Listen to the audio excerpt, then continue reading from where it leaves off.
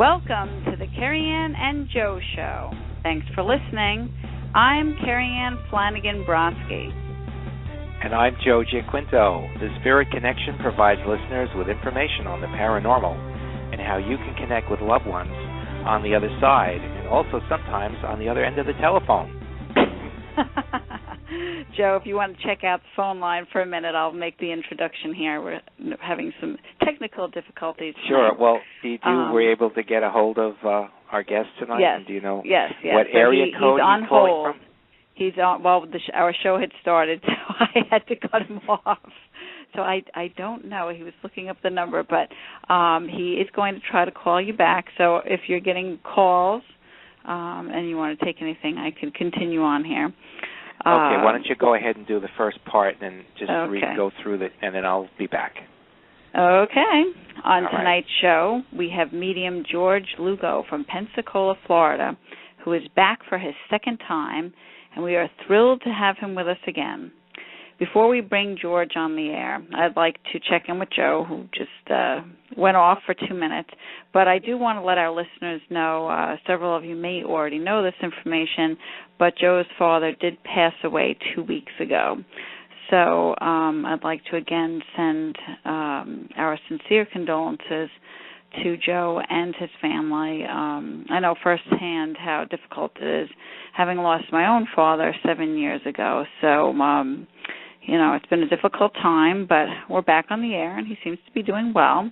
And I know he wants to thank the listeners for all of the messages, but I want to thank my Facebook fans who also offered their thoughts and prayers to Joe, and we had to cancel our show on May 29th.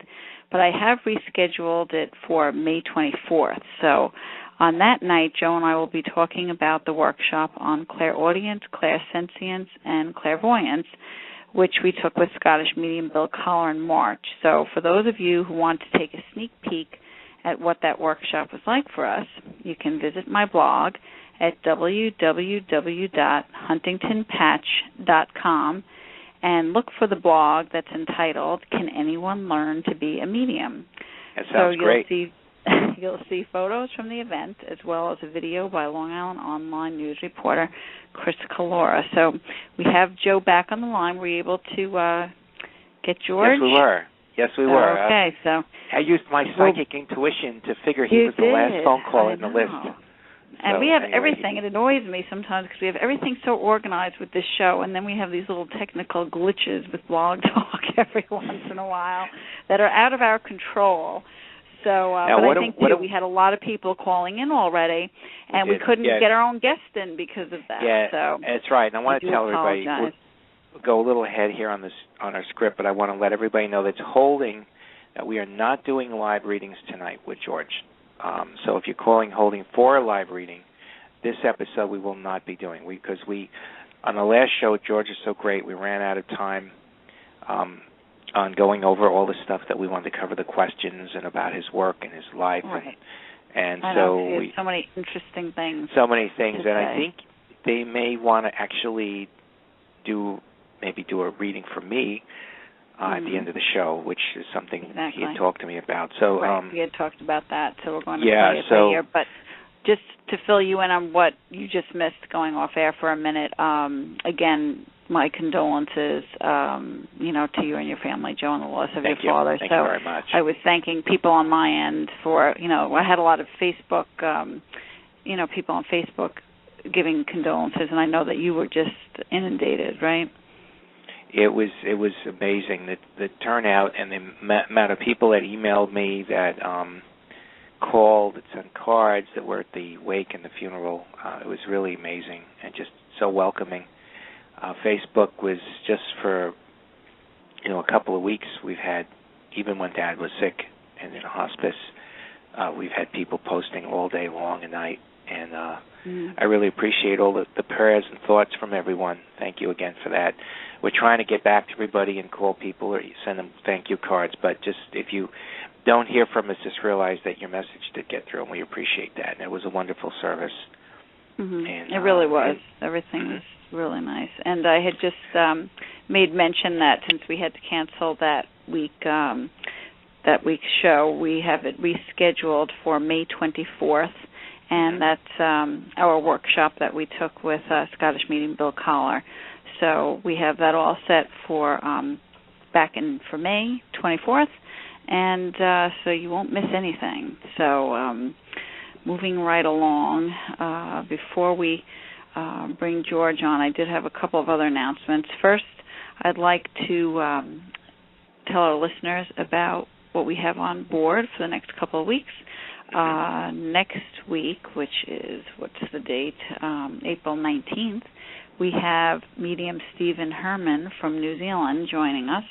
And then on April 26th, we have part 2, a continuation of our February show on Revolutionary War and Civil War ghosts. We had a lot of fun with that, Joe.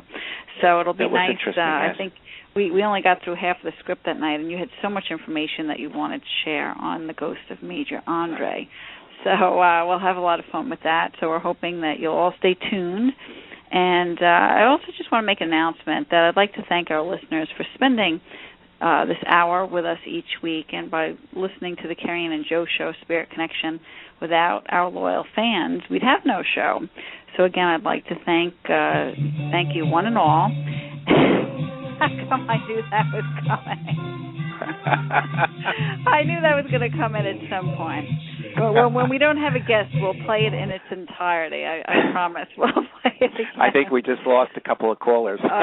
Well, you know what's really weird about that, since you did play it, I was getting out of my car 2 days ago, and I thought I was losing my mind because I went to grab my pocketbook, and all of a sudden I heard that song playing. I don't know how this happened, but it was coming out of my cell phone. That's strange. So, isn't that very strange? So that is strange. Yeah, for those of just tuning in, we had a guest, comic, Jack Simmons, who's doing a play called Buddy's Gift about his father passing and his experience with John Edward, and getting a reading with John. And then he composed this song, this kind of harmonica song for us that's been getting kind of a cult following. So we will play that song in its entirety. But when we have time, yes. On there when we have time. Yeah, but, I just wanted go ahead. Yeah, go ahead, Karen. You go, and then I just want to make. Okay, go ahead. I was going to introduce Carrie Ann's event. Yes, talk about Martha Clara, and then I'm going to talk about some of the events coming up tomorrow. Okay, I know. See, we're backlogged now from being 2 weeks. We are. We have to catch up on this. Exactly. I also wanted to wish everyone, a happy Passover and Easter, even though both have passed. But I hope everyone enjoyed their holidays. Don't use that word around here tonight. Yes, that's the wrong choice of words. But we're glad to be back on the air. And I also wanted to make note. I was out in your territory today. I was in Hampton Bays.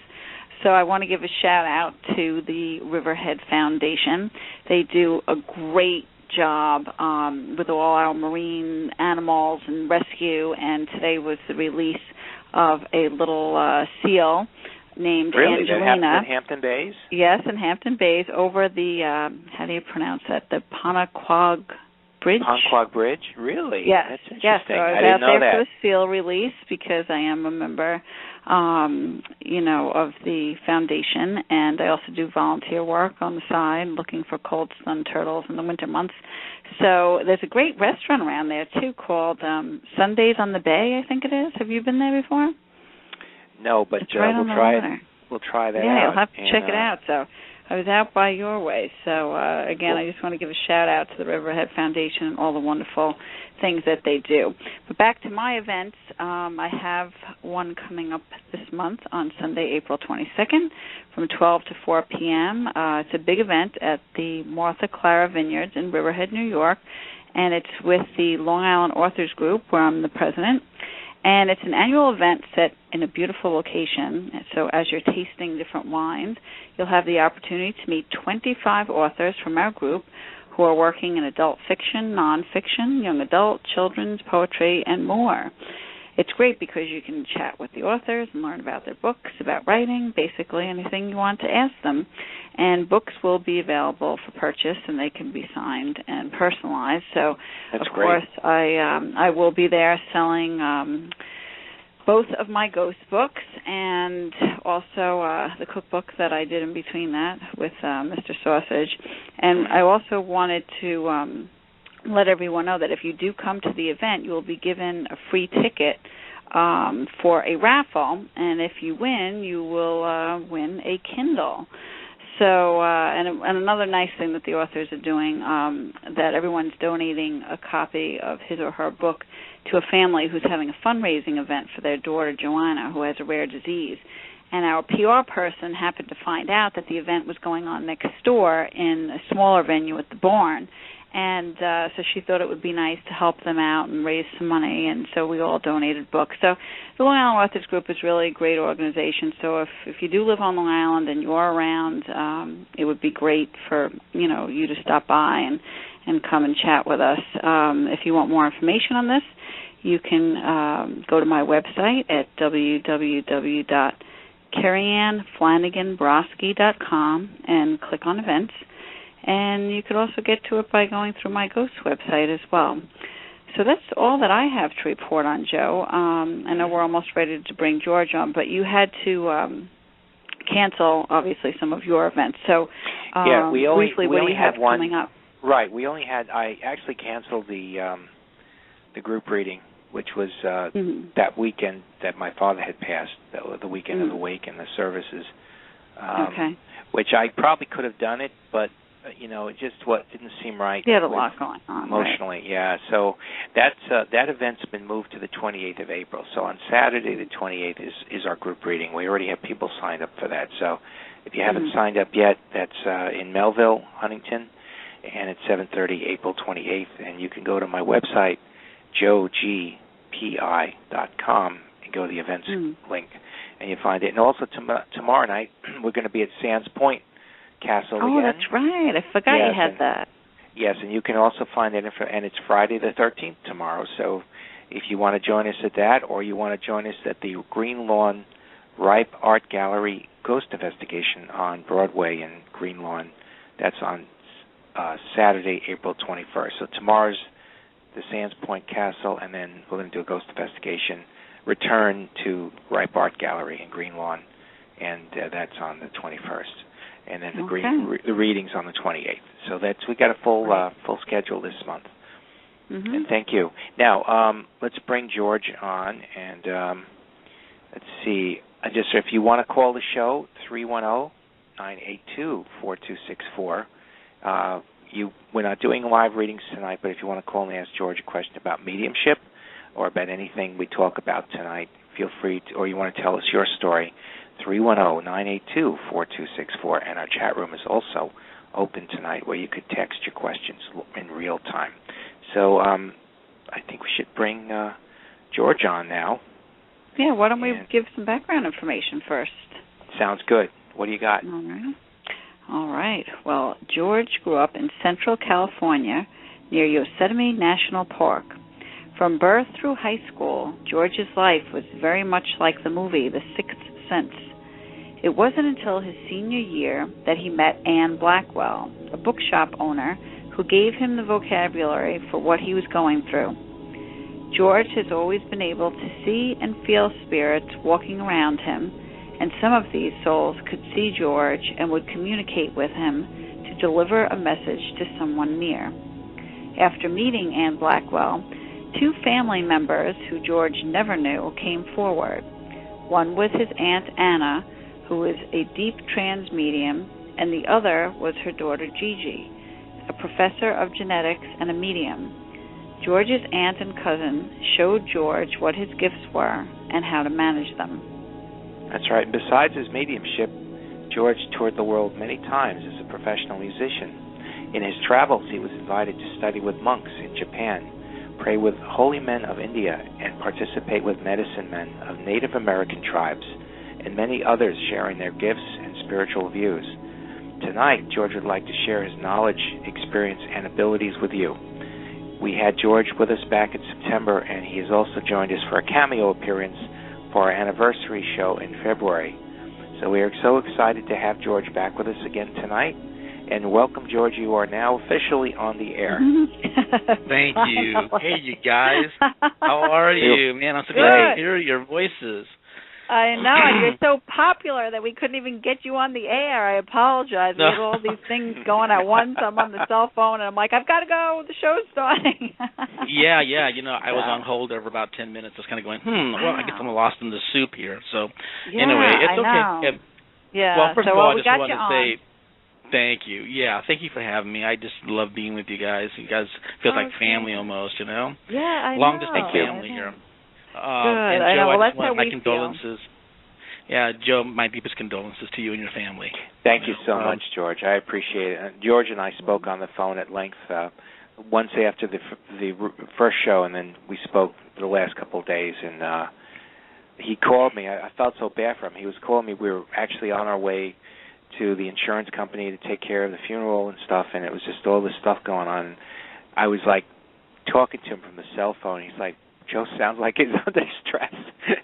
And then I think you clued him in at what was actually going on, so I appreciate that. Right. And Yeah, so, she did. Thank you. Yeah, when I heard your voice, it just sounded very, flat and concerned, and your energy was really somewhere else at the moment, and it just felt very smooth in a sense. I don't know how to describe it, but it's just like that. I thought, wow, something's going on with Joe. And you had, and you actually, the first thing you told me about my father is you said that you had this scent, this odor that was there was this scent. A scent like working in a shoe store or something, and it is very significant because one of Dad's IDs has been a scent of this plasticky smell we had in the hospital, which we think had to do with the medication, or when he had the pneumonia, there was something they were giving him or something, but it had a very unusual scent to it. And, it had a very unusual scent, and it was pretty strong, and I got it around you when I was talking to you. Yeah, it was very present. It was on our clothes. I mean, we couldn't, even washing the clothes, it was still, whenever we would bring Dad up, we would start smelling that again. So he's definitely here tonight. Yeah, and some other things as well. Right, and maybe later on in the show, if you'd like me to, I will try. I've already got some things for you, but okay, cool. If I do a reading for you, I will make sure that I kind of censor some things in that way because it can be pretty personal at times. So I understand. Well, if you want to, also you can go off the air with me, or you can contact me after if you want. But we can go into the screening room if you want to do that, and then. I think we'll just jump right to the stuff. Sure, let's go. I want to talk about your music and your mediumship, which you studied with the monks and holy men. Tell us about that. What did you learn doing that? Well, basically, I was a professional drummer. I played professionally and took me around the world 5 times. I played with a lot of celebrities and that type of thing. And, I was just extremely lucky. I started my first tour when I was 20, and I went to Japan. And totally unexpected, my mother had called me one morning in L.A., and it was about 7 o'clock in the morning, and, I had worked the night before. I was really tired, and I thought she had said, are you going to Japan, something about Japan. And I said, what are you talking about Japan? She says, what are you talking about? I didn't say anything about Japan. And I said, I thought you said if I was going to Japan. And she said, no, I didn't say anything about Japan. Anyway, I hung up about 5 minutes. And about 5 minutes later, the phone rings, and an agent calls me and says, we need you to go to Japan if you'd like to go. Oh, my gosh. I mean, just out of the blue. I mean, I had no plans of going there or anything. Anyway, I went to Japan. I toured all over the Orient, and I went to Kyoto. I had 14 days off, and I went to Kyoto with this girl, and she took me to the old temple city, and there was a monk there. And it was very early in the morning, and he saw me across from this rock garden, and he walked all the way around, and all of a sudden he's standing next to me, and he told the girl that he wanted me to go with him to this monastery way up in the mountains, about a day's walk. And this is about 7:30 in the morning. It's really early. There's nobody there except him, And he was a very short little guy, and he had this staff with these rings on the end of it. So every time he'd walk, every other step, he'd bang that staff on the ground, and it would ring. And that's his connection to the universe and God and everything, or whatever the belief system is. So he asked me to go, and he said that I'd be the first Gaijin, the first foreigner to go there in 500 years. And I could buy 5 years. I could buy, I thought maybe 5 weeks, 5 days, So I asked this girl to translate. She says, "Georgia-san, I speak English very well. I write in it even better." And I said, "Okay." Wow. So she writes out 500 years. She goes, "You should really go." And I said, "Well, today's my first day of my 14 days. Yeah, okay, I'll go." And so I went. Now, why do you think he picked you? Do you have any clue? Did he ever say? No. Well, he couldn't speak English at all, and I could barely speak Japanese, right? So it was a whole day's walk, but he was questioned, let me tell you, because we walked all day long. We went through some kind of a cave. He blindfolded me for a moment, and we went through some kind of a dark area. I could feel the difference in temperature. Then all of a sudden we're back out in the sunlight again. I turn around, I can't see where we came from, but I noticed these monks way up in these mountains that were running down this path, about 7 or 8 of them, running down the path, and they eventually met up with us. So the monk that I was with told me to stop, and he walked ahead and spoke with them, and they were all around him talking, and then they all took off, and then he flagged me to come with him. So when I got to this temple city up in these mountains, they had me stand right on the outskirt, right on the outer wall of this big monastery. Mm-hmm. And they had me stripped down to nothing. So I'm standing there, and these monks are scrubbing my body down. They're just scrubbing me with these loofahs and preparing me. They took my clothes away and gave me robes. And then from that point on, he only had me move about with him and the elders. I never got to talk to any of the younger monks that were there, none of them. Mm-hmm. I just stayed with the elders the whole time. Oh, and that's amazing. Talk about telepathy. I've never experienced anything like it, but I was there for about 14 days with him, and it was kind of like monkey see, monkey do, because I didn't really know what was going on exactly. Right. Mm-hmm. But I slept on tatami mats, and I joined all their ceremonies, their rituals, just as if, there was no explanation. She just had me go in and do them all. And I just kind of followed him, and I learned so much in that 14 days about the natural world, about the spiritual stuff, about the universe and how it communicates with us. I learned so much from him. And so that really helped you with your mediumship and your own spirituality then, correct? Absolutely. Yeah, it just showed me how vast and how great, that some cultures have these belief systems that are so magnificent and these gateways to, learning new things and spirituality and all of that. But anyway, that was just one trip. But I've been all over the world, and everywhere I go, I don't know how to pick out a spiritual person, because of language barriers, and they come to me for some reason. Somehow they recognize it in me, and so I usually say yes to whatever it is they want me to do. So I've been with Native Americans, and they've taken me in. Yeah, I was going to ask that next, because Joe and I have a fascination with them. So that was in this country, obviously. Yes, that's in the Southwest. And I've got a friend who's Navajo that lives up in the Painted Desert area. Anyway, we've been friends a long time, and we raised our children together through homeschooling. And anyway, she always knew this about me, but I never mentioned anything about mediumship or spirituality or anything to her. She just sensed it.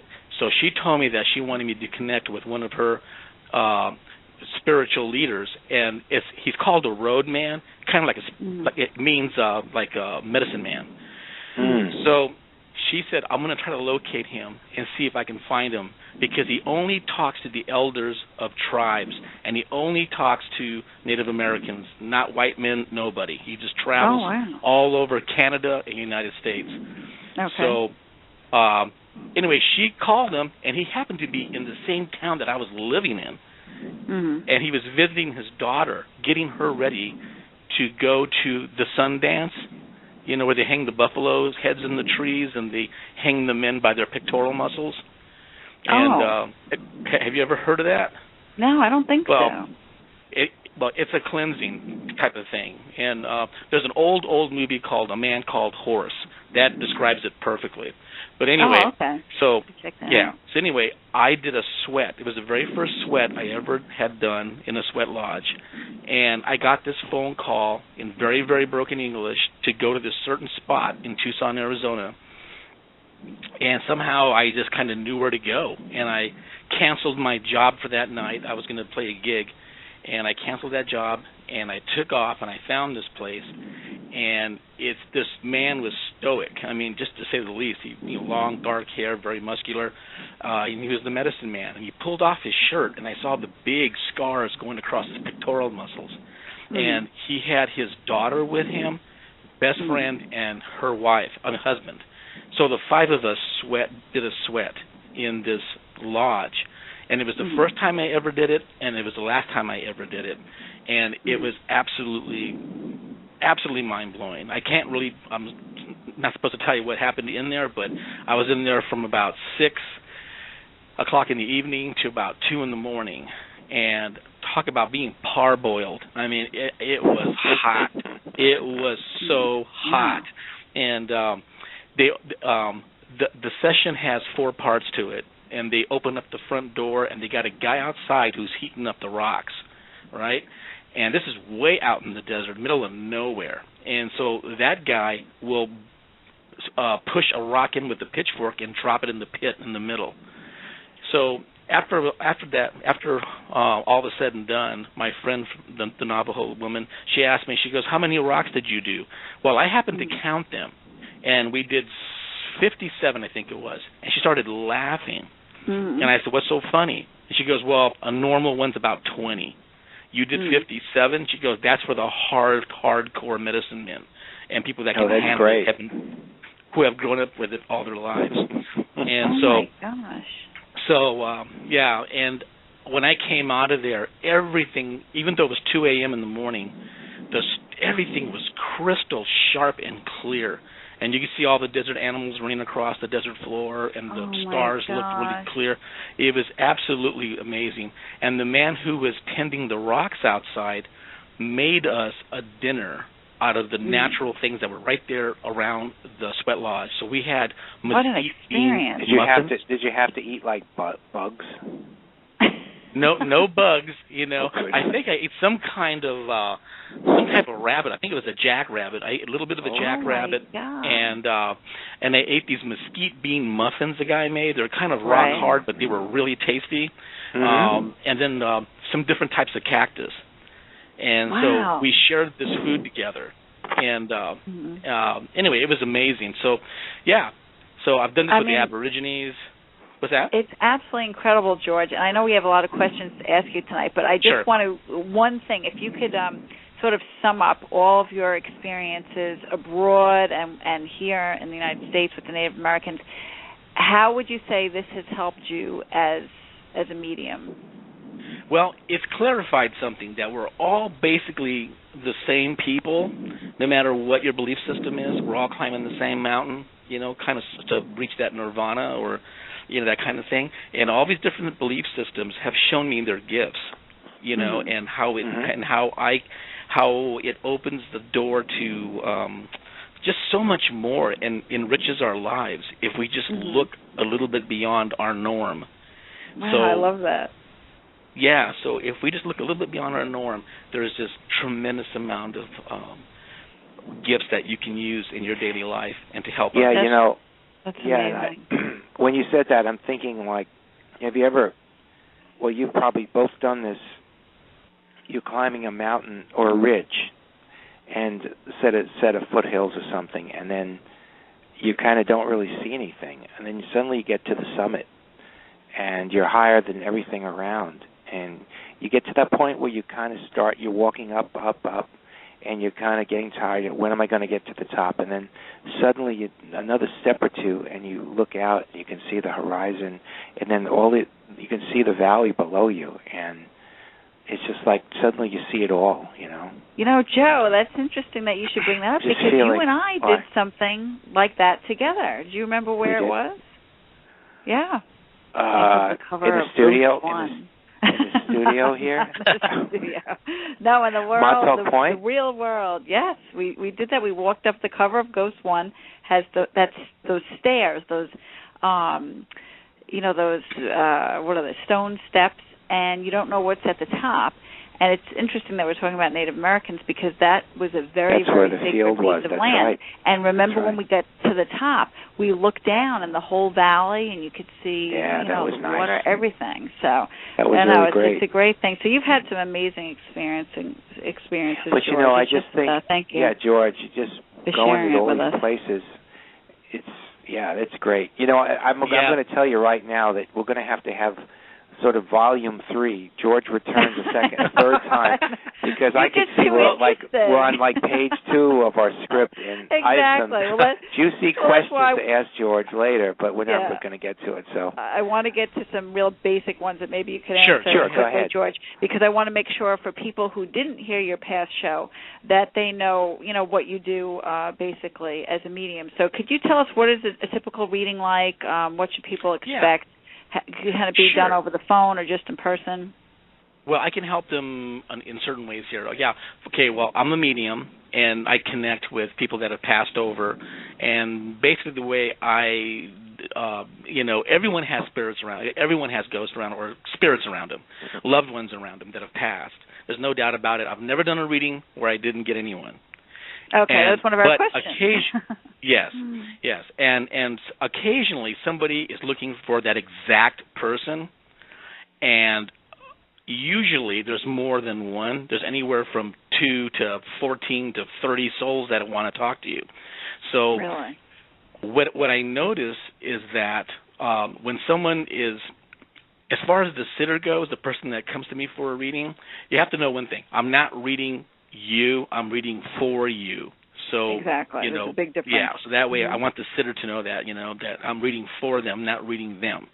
So, but when they want their exact, like their mother that's passed or whatever, and I don't get her immediately, I will ask the souls that are here.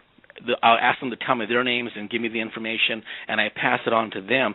And sometimes that person is so narrow in their thinking, the sitter, all they want to hear is from their mom. That's it. And all of a sudden they're kind of going, no, I don't know who that is. I don't know who that is. Get my mom, get my mom. So what I do is I try to ask the souls that are present with me to go look for her, to go find her, and so they will. But meanwhile, I'm giving this woman, or man, messages, and they don't see it. So when you go see a medium, have kind of an open mind and an open heart, because there's usually more than just one soul there to visit with you.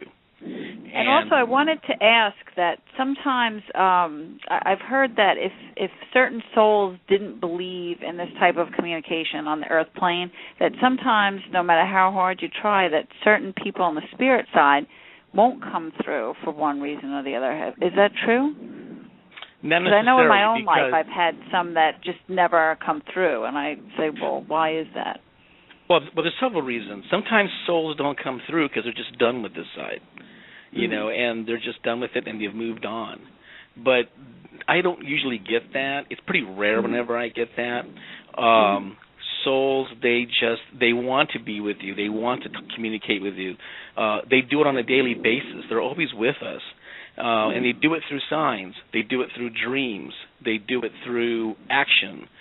But souls, what I've noticed about them is that they always work in a forward motion. They never subtract from us. They always give to us.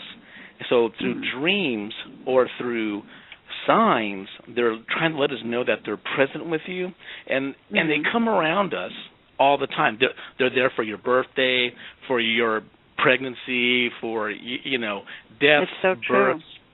They're there for everything. They watch the holiday season. They're with you. Whatever you're celebrating, they're there. Even when you're just by yourself and you're feeling really low for whatever reason, talk to them as if they were in the room with you. You don't have to come to someone like me and necessarily jump around the room with a bone in your nose or do any kind of ritual.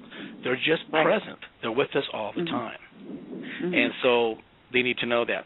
But coming to someone like me, and I can, read for you, basically, I just take myself out of it, and I become like a pipe, and I let it just flow through me, and I do my best to deliver the mail and not read it so much, just give it to you, because sometimes they show me abstract things that I don't understand what that red ball with the yellow spike in it means, and you'll get it, So it's the message for you. So that's what I do. But it does help with closure. It does help with, some people hold tremendous amounts of guilt because they weren't there when their loved one passed. Yeah, or a lot of people maybe have they that. Or they had a big argument with them and they died 2 hours later from a heart attack or something, and they feel tremendous guilt. So when they come to me, I don't know these things. I don't want to know anything about you. In fact, any medium, to your listeners out there, if they go see a medium, do not answer any kind of questionnaire. You want them to read you cold. You don't want them to know anything about you, maybe your first name, that's it. And then from that point on, it should be backed up with things that are, validation. That's the thing you're looking for, is validation in a reading. So if you're getting some generalities like, "Oh, he loves you," well, of course, you know what I mean. Right. So go for the real exact things. So that's exactly it. And we tell people all the time on the show, because people sometimes are leery and everything. I said, but it's the same thing. If you need a doctor or an accountant, a lawyer, you're not just going to open up the yellow pages and say, "Oh, here's a doctor to do open heart surgery." You go by references. You go by people that are well known. And the same goes for mediums. I mean, you have to look for reputable people and that are trained, that are gifted, and and go from there, that are recommended. And when you have that, it's an ideal situation because it's really life-changing, and it's an amazing experience. Yeah. And I also have a little something about, when people just walk up to you and start reading for you, it's a very private thing, and anyone who's listening who might be a medium or is an aspiring medium or becoming one or whatever, be very careful how you read for people. Just walking up to them and unloading this big message to them. You can't just do that, right? Yeah, it can really take them for a loop. Yeah, and it can throw them off and make them, it can backfire in your face when you think you're doing good. Sometimes they're not ready to hear it. But George? when spirit, pardon? No, go ahead. Finish. Oh, sorry. Yeah. So when spirit is talking to you about somebody who's standing in front of you, the best thing to do to handle that is to ask them, and not just start blurting out, "Hey, your dad's standing next to you and he's saying this." I mean, it freaks them out and it shuts them down. You want to open them up and be careful how you do that. Anyway, next question. George, I just the time is going so fast. I wanted you get your website information out for those who might want to contact you. You want to give us that information? Sure. I can be reached at George at crystalgatereadings.com or just crystalgatereadings.com or georgelugo.com. And you can go there, go to my website, and there's a lot of information on there that you can, go through and find out more about what I'm talking about here. And, that's pretty much it. No, that's great. Thing, I appreciate it. Oh, you had another question, Joe? Okay. Yeah, no, I just, you're listening to the Carrie Ann and Joe Show with George Lugo. And you can call us on our number tonight. The number is out there somewhere, I guess. You can get on, right? I think, yes. Eventually we'll find a number in the script. But anyway, give us a call if you want. And we are doing no readings tonight. We are just talking to George and all his wonderful experiences and his adventures to Japan and up in the mountains and in the desert. And I'll tell you, I would just want to hear more about your stories, George. So anyway, it's so great. I do have a question though, because a lot of people ask this since we were talking about readings. What about pets? I mean, I've had readings where my pets come through. Do you have the same experience? Can pets come through if people come to? Absolutely. Yeah. Yeah, they're part of the family. They're part of the family. They're very attached to us. Now, people that have lost pets and have other pets in their home, sometimes you can notice, like if your the one pet that's left behind that's alive still, sometimes they will track something going across the room. Yes, so watch the animal. Yeah, so you watch them and you look at their eyes and you see where their eyes are going. What level is it? The same level as their missing partner? That's exactly or does it all of a sudden leap up point. to the Yeah, or maybe their eyes leap up to a chair or leap up to a fireplace mantle or something. You might have had a cat, but yeah, when I do readings, I'll be reading and I got Aunt Bertha and Uncle Fred and all that. All of a sudden I see this collie run right through it, Right. and I'll say, hey, did they have a collie? And they'll go, yeah. Or sometimes I can't make it out. I can see a blur go through. But one of my strongest readings, I was doing a group reading, and there was a man sitting in the back of the room who looked very studious, and older gentleman, probably like an engineer, pocket protector, the black glasses, the whole 9 yards. And I saw 7 horses, like from the chest out, head, standing around him. And I thought it was so odd, and I didn't go to him immediately. I went to some others first, and they just kept standing around him. So I went to him and I said, "Sir, I have to tell you that there's these 1, 2, 3, 4, 5, 6, 7 horses standing around you." And the guy just broke out crying. I mean, just started crying. The story was his brother owned race horses, and after a certain point, you have to retire them. So his brother would give him these horses, and he lived on a desert ranch way out in Arizona, and he kept these horses. They were his pets, and he told me about all of that. But somebody poisoned all of them and killed all his horses. I heard about that. That was in the news. Yeah, it was really scary. Oh, really? Yeah. That. So they poisoned all his horses, and he was missing them so much. And I said, well, they're with you, sir.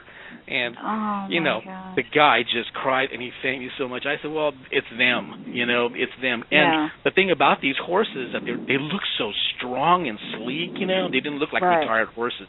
And that's what I told him. I said, they look so absolutely And that's what he wanted to hear, I bet.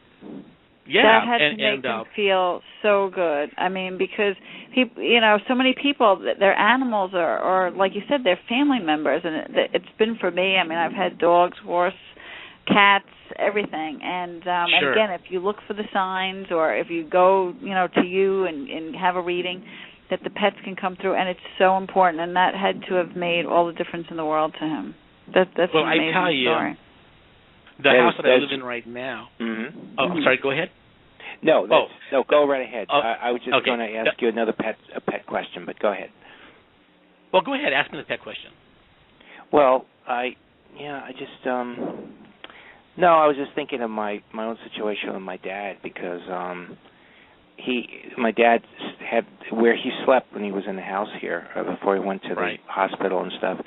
Our cat, since he's passed on, the cat will pop the door open by hitting her paw on the door. It was like a French doors, and the cat would pop the door, and then it would pop open, and the cat would go in there and sleep on the bed, almost like keeping my dad company, or like waiting for him to come back for a visit, in spirit. So, but I was thinking of the horses that, that they would show up so strong that people always have this thought that, like that when people pass on, that they're going to have all this, they're going to look like they did when they pass on, and they don't, right? They come back strong.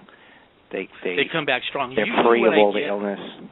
That was well, like your father, for example. Can I just tell you a little bit? Sure, go ahead. Are you ready?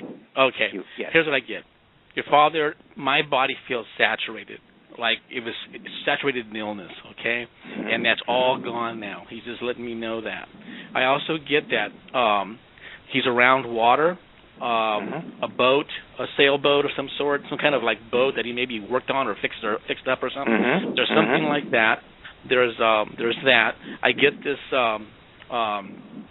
I also get a flag, meaning that he might have been military or real patriot, strong political opinions, and I get all that. But your father has already regressed. He's about, from what he feels like to me, he's about 17, 18. So they usually go back to. Yeah, they usually go back to when they're their most virile and strongest, and becoming a man, that kind of thing, and they're out of pain, and they're headstrong. So usually when people are in their 80s or their 60s or whatever, they go back to about a teenager or early 20s. Somewhere in there is where I usually see them.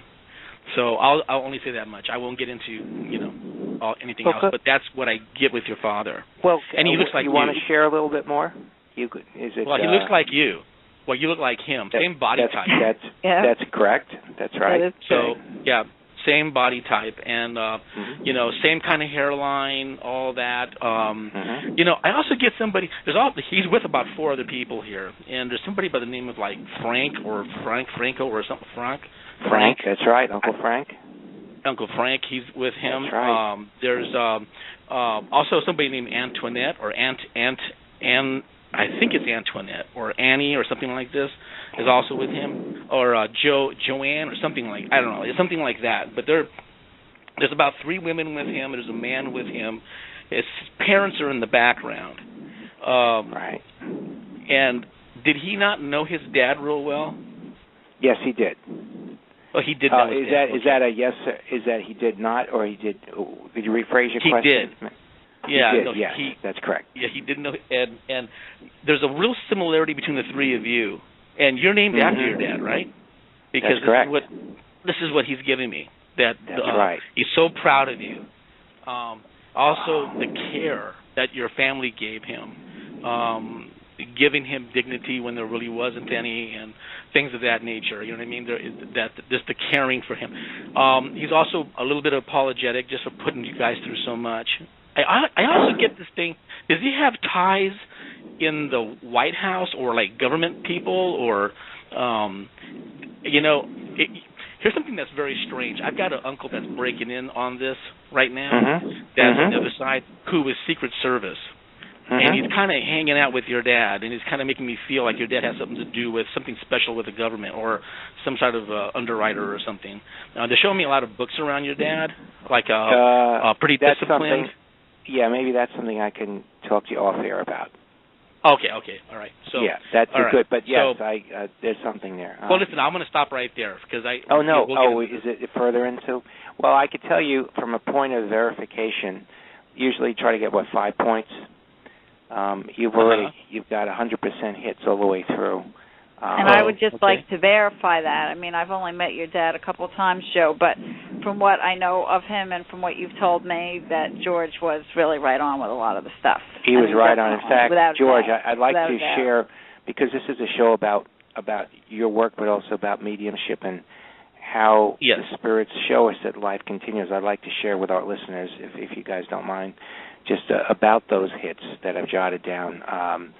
He was saturated with illness. He actually had pneumonia, and he had a lot of issues through his body and they are all gone, and I believe that too.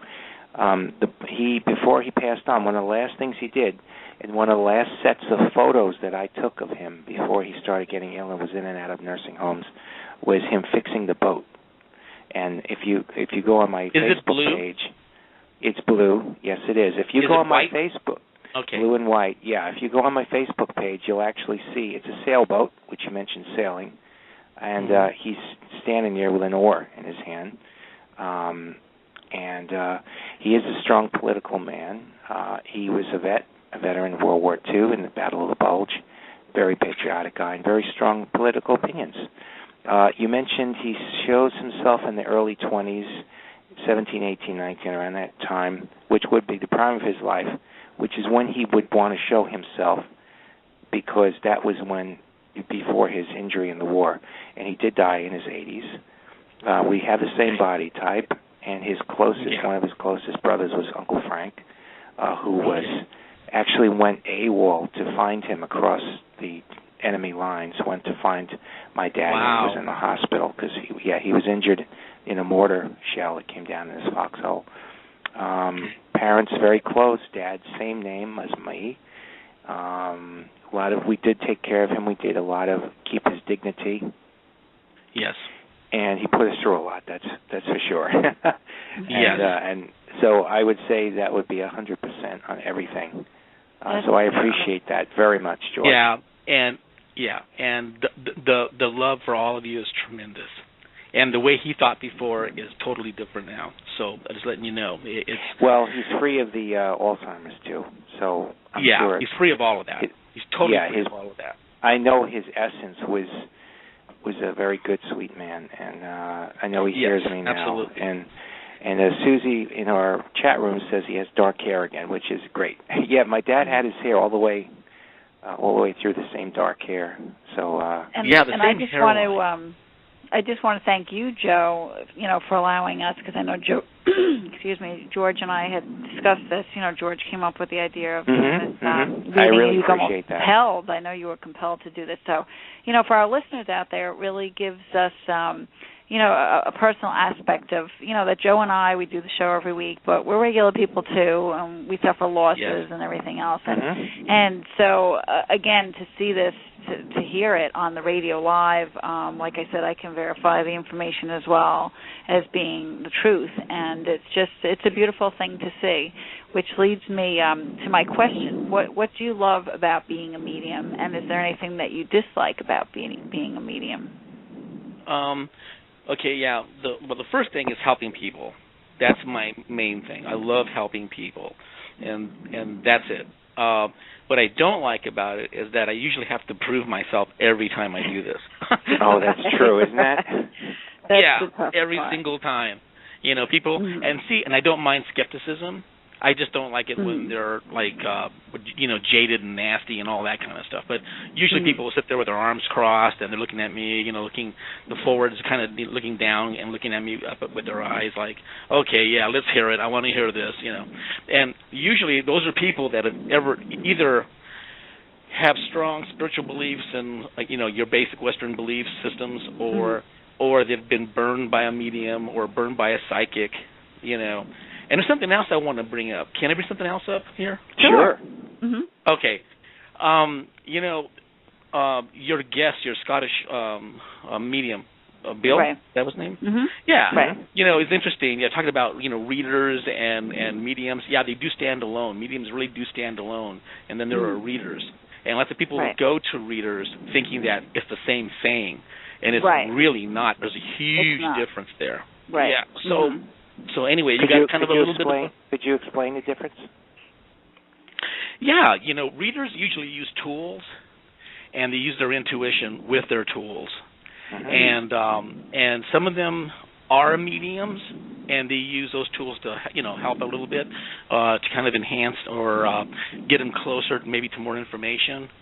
But a lot of people get really confused with that, and they get a little scared of that. And so they'll go to a reader who does, let's say, tarot, and there are some excellent tarot card readers out there, and they just, they know their cards inside out, and they know their intuition, and they can skirt that edge where spirits are and talk to them occasionally or get bits and pieces of information by elevating their vibration, through their tools and that kind of stuff. So that's kind of, how I feel about so these would be the psychic versus medium. The psychic people. Right. And we go over that a lot, the difference that, mediums are people that have that communication between, those who have passed on, where psychic, a lot of times the information is coming from Akashic records or from their own intuition and from what they're getting off of the person that they're reading for. So there are differences for sure. Yeah, and I think that's needed to be explained, definitely. Right, exactly. George, you've got such great information. I can imagine what it must be like to do a workshop with you. Do you do workshops? Occasionally I do kind of a workshop. I explain to people how they can communicate with their loved ones without having to be a medium, the closest ways that I know of getting to that point of, and most of them are really supernatural. I mean, I don't mean supernatural, I mean like very natural. That's pretty fun. I got to use that one in my next comedy routine. They're supernatural. Oh, they are. Yes, they're supernatural. Yeah, but they're really supernatural. Very natural. You can, there's different ways of communicating with our loved ones that are crossed over. You can be in a room by yourself, quiet, and talk to them as if they were in the room with you. But ask them to give you a sign, knock on the wall, flicker the lights, do something like that. That's one way. But if they give you a sign that they're with you, and they sense if you're scared or not, but if they tap on the wall and you go running out of the room scared to death while you ask for it, you know what I mean? So that'll happen sometimes. Another way to do it is in your dreams. So if I asked you what you were dreaming about last Tuesday, you probably couldn't tell me, but you'll have these profound dreams where they're like visits, and they are. It's a visitation that you're having with a loved one. So pay attention to that. And there are things in that I describe to, people that come to see me, what to look for to get the most out of that visitation. Right. And usually early in the mornings when they like to visit with you, when you're half awake, half asleep, when you first wake up and get out of bed and go back to bed, that's when they love to visit with you. It's a real strong point there. It's a real big gateway. But anyway, also your own belief system. There might be something in your own belief system that'll help, through meditation, get you to get to a point where you can communicate with a loved one. There are so many different ways to kind of skirt the edge and get some information. But someone like me who's kind of like a one-trick pony medium kind of guy, I just go directly to the source, and they talk to me. But anyway, that's kind of the difference. I just want to tell you, George, that in our chat room, Susie in our chat room says, George rocks with 3 exclamation marks. Well, thank you, Susie. Thank you, Susie. So everyone's really enjoying the show. We only have about 4 minutes left. So you know what this means, George? I mean, we still didn't get through half what we wanted to. So we're going to have to come back again in another 6 months. I would love to. You just have so many stories here. Yeah, because there's so many more things we wanted to discuss with you. But I mean, we could listen to you all night. Your stories are just unbelievable. So, what would be the one thing that you would want people to take away with them tonight to sort of wrap things up? To love and hug everybody that you know. I love that. Give everyone that is in your life right now, appreciate it. Bury those hatchets. There's always value in people, and love each other. Do what you can. To do what you can to be together, and because it's so limited, it really is so limited. Our lives here, so and that we live true. on. This is just it goes very fast, doesn't it? Yeah, it goes by fast. Yeah, I was 16 yesterday, and all of a sudden I'm like, oh my God, I can't believe it. I'm how did that happen? I wonder that myself. How does that happen here? Yeah. Oh God. Yeah. Well, I love your show. You guys. You guys are just an amazing. You bring on wonderful guests, and I love how you guys are so involved with your community, and they're involved with you. There's that bantering back and forth. I think that's wonderful. You're broadening people's scope. Yeah, you do. You guys are great. Yeah, we really enjoy what we do.